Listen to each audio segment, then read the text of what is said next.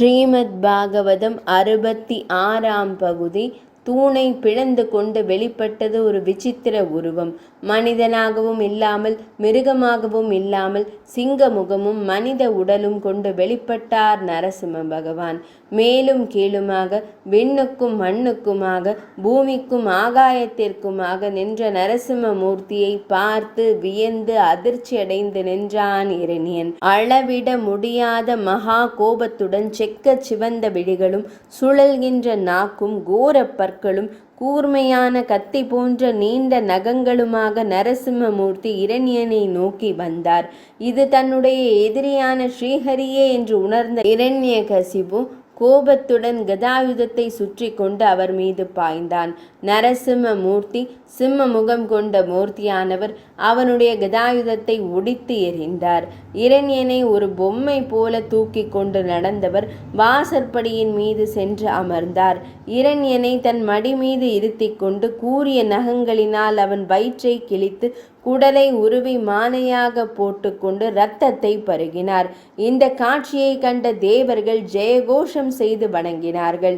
இரணியன் பெற்ற வரத்தின்படியே அது பகலும் இல்லாத இரவும் இல்லாத அந்தி பொழுது. நரசிம்ம அவதாரமோ மனிதனும் இல்லாமல் முழு பிராணியும் இல்லை. இது பிரம்மதேவரின் படைப்பும் இல்லை. தரையிலோ ஆகாயத்திலோ சாவு நேரக்கூடாது, மரணம் வரக்கூடாது என்பதால் நரசிம்ம மூர்த்தி ஹிரண்யகசிபுவை தன் மடியின் மீதே போட்டு கொண்டார். எந்த ஆயுதத்தினாலும் அழியக்கூடாது என்பதால் தன் கூரிய நகங்களையே ஆயுதமாக கொண்டு அவனை குத்தி கிழித்தார் நரசிம்ம மூர்த்தி. இரணியனை அழித்த பின்னும் நரசிம்மரின் கோபம் அடங்கவில்லை.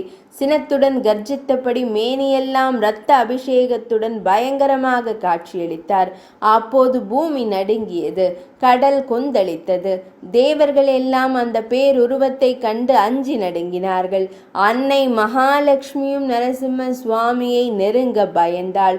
பிரம்மதேவர் பிரகலாதனை அழைத்தார். பிரகலாதா, இப்பொழுது சிம்ம முகம் கொண்ட நரசிம்ம மூர்த்தியை அமைதிப்படுத்த உன் ஒருவனாலேயே தான் இயலும். நீ அவர் அருகில் சென்று சாந்தப்படுத்து என்று கூறினார். பிரகலாதன் பகவான் ஸ்ரீ மகாவிஷ்ணுவை நெருங்கி அவரை ஸ்தோத்திரங்களால் போற்றி துதித்தான். பகவான் மனமகிழ்ந்து, பக்த பிரகலாதா, உனக்கு என்ன வரம் வேண்டும் கேள் என்றார். 66ஆம் பகுதி நிறைவடைந்தது.